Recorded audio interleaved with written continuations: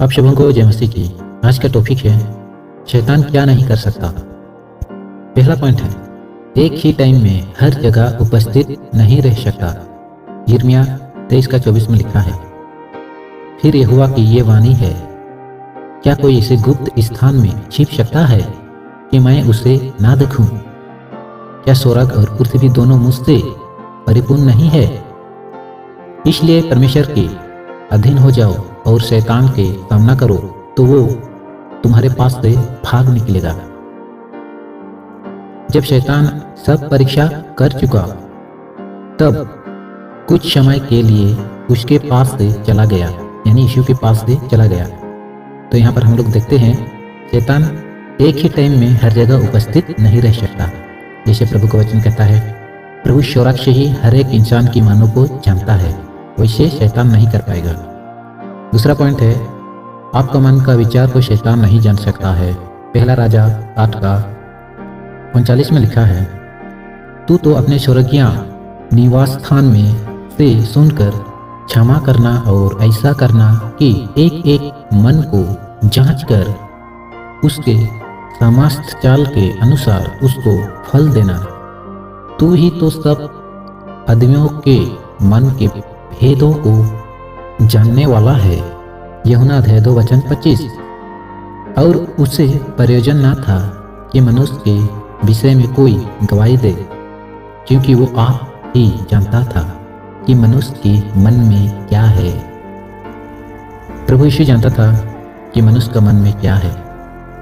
तीसरा पॉइंट है परमेश्वर की अनुमति के द्वारा शैतान किसी को भी परीक्षा नहीं कर सकता। मत्ती 4:1। तब उस समय आत्मा यीशु को जंगल में ले गया ताकि इब्लीस से उसकी परीक्षा हो। किससे? यीशु की परीक्षा इब्लीस से हो। अय्यूब 1:12। यहोवा ने शैतान से कहा, सुन, जो कुछ उसका है वो सब तेरे हाथ में है, केवल उसके शरीर पर हाथ ना लगाना। तब शैतान यहोवा के सामने से चला गया। यहाँ पर परमेश्वर कह रहा है शैतान को, जो कुछ उसका है वो सब तेरे हाथ में है। यानी शैतान को कह रहा है जो कुछ उसका है, यानी अय्यूब का, जब अय्यूब का परीक्षा हो रहा है तब परमेश्वर कह रहा है जो कुछ उसका है वो तेरे हाथ में है, केवल उसके शरीर पर हाथ ना लगाना। ये परमेश्वर कह रहा है, उसका शरीर पर हाथ ना लगाना। चौथे पॉइंट है शैतान इंसान को जबरदस्त नहीं कर सकता। यदि एक इंसान कहे कि मैं क्या चाहूँगा, मैं प्रभु में बढ़ूंगा, तो शैतान नहीं रोक सकता है। वो किसी को आकर जोर जबरदस्त नहीं कर सकता है। हाँ, इंसान की मानों का विचार को कंट्रोल कर सकता है, उसका मन में गंदे ख्याल, गलत विचार डाल सकता है, पर वो इंसान के ऊपर में डिपेंड करता है कि वो चुनाव सच्चाई का करे या बुराई का। याकूब 1:15 में लिखा है, फिर अभिलाषा गर्भवती होकर पाप को जानती है और पाप जब बढ़ जाता है तो मृत्यु को उत्पन्न करता है। यहाँ वचन कह रहा है जब पाप बढ़ जाता है तो क्या करता है? मृत्यु को उत्पन्न करता है। पांचवी पॉइंट है शैतान को आपके भविष्य के बारे में नहीं पता है, केवल प्रभु यीशु ही जानता है। भजन संहिता 31:15 में लिखा है, मेरे दिन तेरे हाथ में है। मेरे दिन यानी जीना मरना भविष्य काल किसके हाथ में है? यहोवा परमेश्वर के हाथ में है। मेरे दिन तेरे हाथ में है, तू मुझे मेरे शत्रुओं और मेरे सताने वालों के हाथ से छुड़ा। यानी दाऊद कह रहा है, मेरे सताने वाले और मेरे शत्रुओं के हाथ से मुझे छुड़ा। छठवीं पॉइंट है शैतान कभी भी मन नहीं फिरा सकता है।